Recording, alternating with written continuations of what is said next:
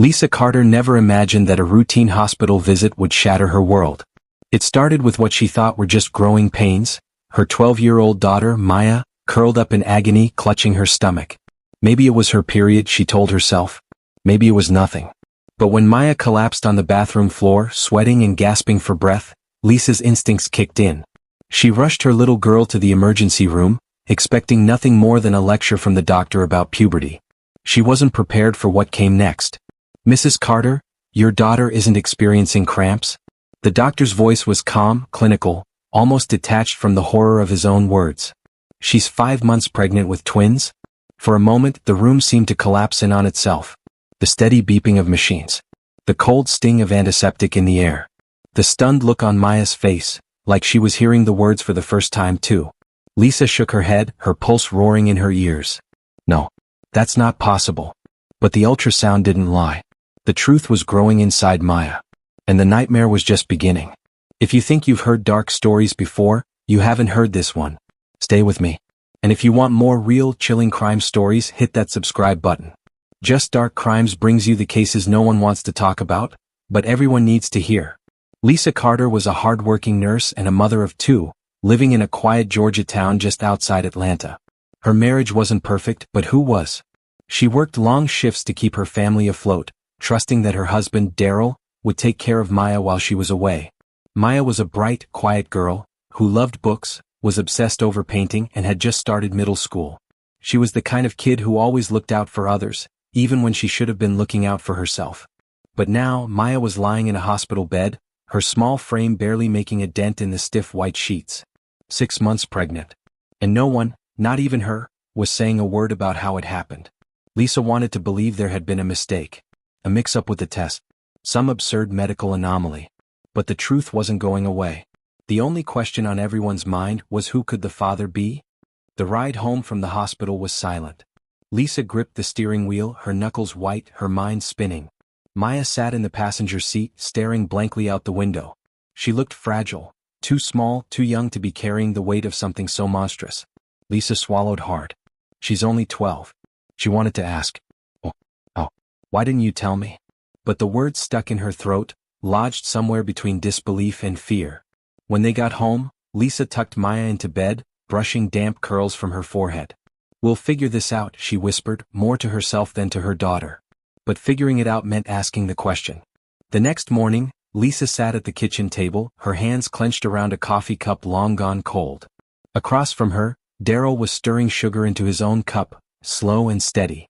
Too steady. She took a breath. "Just ask." "Maya's pregnant," she said, her voice a flat whisper. Daryl froze, spoon hovering above his coffee. A beat passed, then 2. His eyes flicked to hers, filled with something she couldn't read. Then he laughed. "What?" "No, Lisa, that's not possible." Lisa stared at him, waiting for something, anything. Horror. Rage. But all she saw was hesitation. Thinking. Calculating. The doctor ran tests, Daryl. "She's 6 months along." Her voice wavered. "She's a child?" His expression darkened. He pushed his chair back, shaking his head. "Well, I hope you asked her who the father is." Lisa flinched. "What?" She had to have been sneaking around. "She's at that age. You work all the time, Lisa. Kids do things. Make stupid choices." He sipped his coffee like they were discussing a bad grade, not their daughter's ruined childhood. Lisa's stomach churned. No, Maya wasn't like that. "She wouldn't hide something like this from me," Lisa said. "You sure about that?" Daryl leaned forward, his voice dropping lower, softer. "Lisa, you know how kids are. They get scared, they lie. You don't think she'd be embarrassed? Maybe she found some boy and now she doesn't know how to tell you." The way he said it, calm, reasonable, like it was the most obvious answer in the world, made Lisa hesitate. What if he was right? She hated the thought, but it made more sense than the alternatives. Maya had always been a quiet girl. Maybe she had been hiding something. Maybe she was scared. Lisa swallowed, rubbing her temples. "I'll talk to her," she murmured. "Yeah," Daryl said, his voice smooth. "You do that." That night, Lisa knocked on Maya's bedroom door. "Sweetheart, can we talk?" No answer. Lisa pushed the door open, finding Maya curled up beneath the blankets, her back to the room. Lisa sat on the edge of the bed, smoothing her daughter's hair. "I need to know the truth, baby. Who did this to you?" Maya stiffened. Lisa sighed. I don't care what happened, okay? I just want to help you. A long pause. Then Maya whispered, You won't believe me. Lisa's heart clenched. Of course I will. Silence. Maya trembled beneath the blankets. Then finally, it was Daryl. Lisa felt the world crack beneath her feet. What? She choked. Maya's voice was barely there. He comes in when you're at work. Sometimes when I'm sleeping, sometimes before you leave. If I refuse, he hurts me. He tells me not to tell or he'll hurt you, Mama. Lisa couldn't breathe. You're lying, she whispered, shaking her head. No, that's not. Maya, are you sure? Her daughter turned over then, eyes filled with something Lisa had never seen before, hopelessness. Mom, Maya said, her voice breaking. I begged you to believe me the first time I tried telling you. Lisa gasped. She had. Months ago, Maya had come to her, quiet and hesitant. Daryl makes me uncomfortable, she'd said. Lisa had brushed it off and told her she was just adjusting to having a stepfather. Now Lisa wanted to tear her own heart out. Maya was telling the truth. And Lisa had ignored her. Lisa stumbled out of the room, her vision tunneling. She crashed into the bathroom, barely making it to the sink before she vomited. In the hallway, Daryl's shadow loomed. Everything okay? His voice was too calm. Lisa wiped her mouth, gripping the edge of the sink. She turned, meeting his gaze. And for the first time she saw him. Not her husband.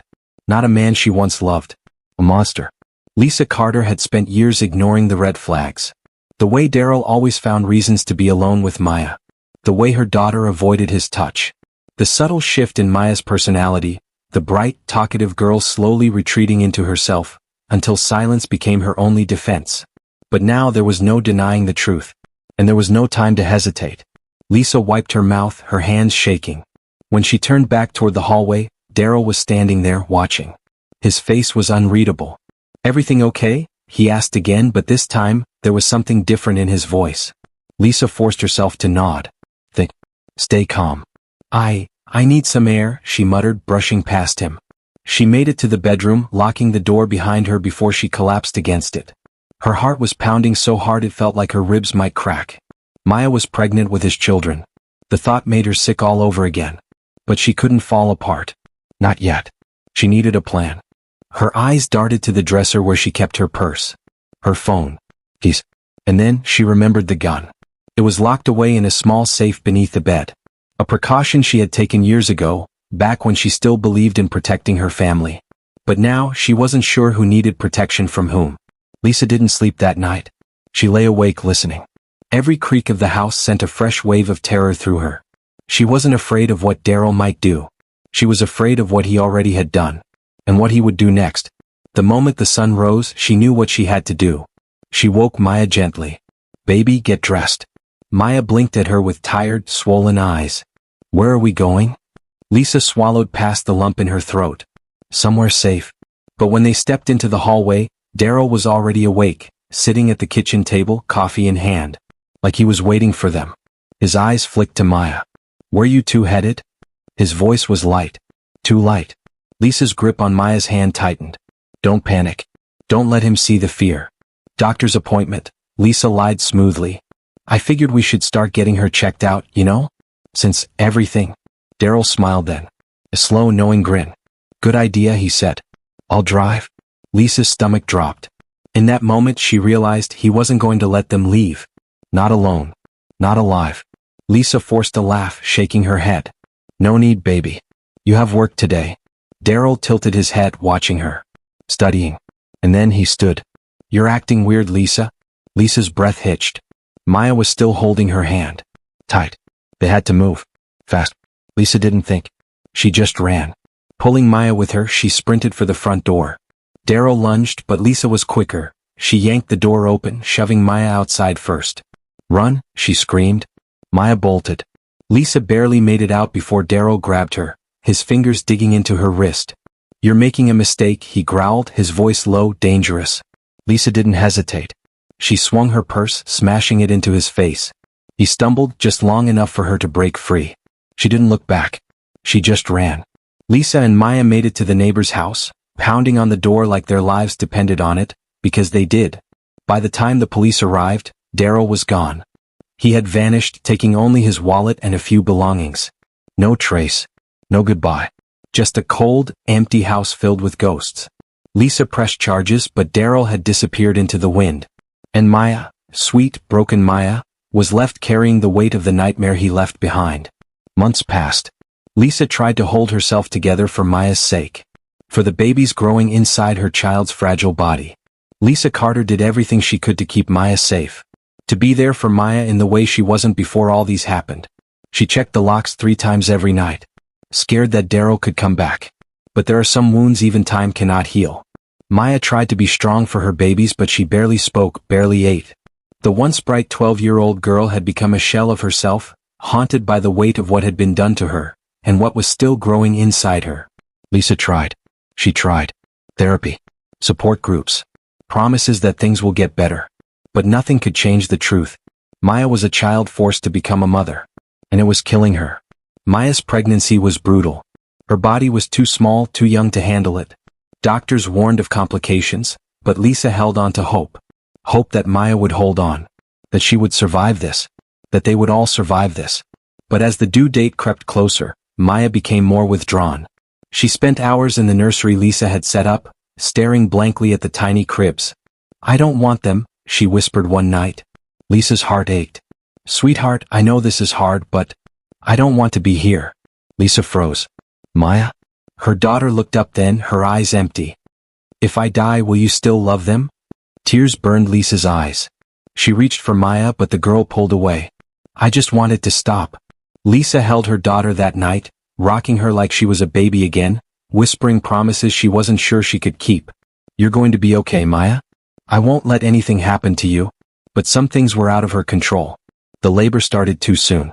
Lisa rushed Maya to the hospital, gripping her hand the entire way. "You're strong, baby. You're going to be okay." Maya didn't respond. She was too weak. The delivery room was chaos. Doctors. Nurses. Bright lights. The sound of Maya screaming in pain. Lisa never let go of her hand. Then, something went wrong. The doctors started whispering. The machine started beeping. Lisa's heart slammed against her ribs. What's happening? Maya was bleeding too much. Lisa's grip tightened. "Stay with me, baby. Stay with me." Maya turned her head slightly, her breath ragged. And then in the softest voice, "I'm sorry, Mom." Lisa screamed as the machines flatlined. Maya was gone.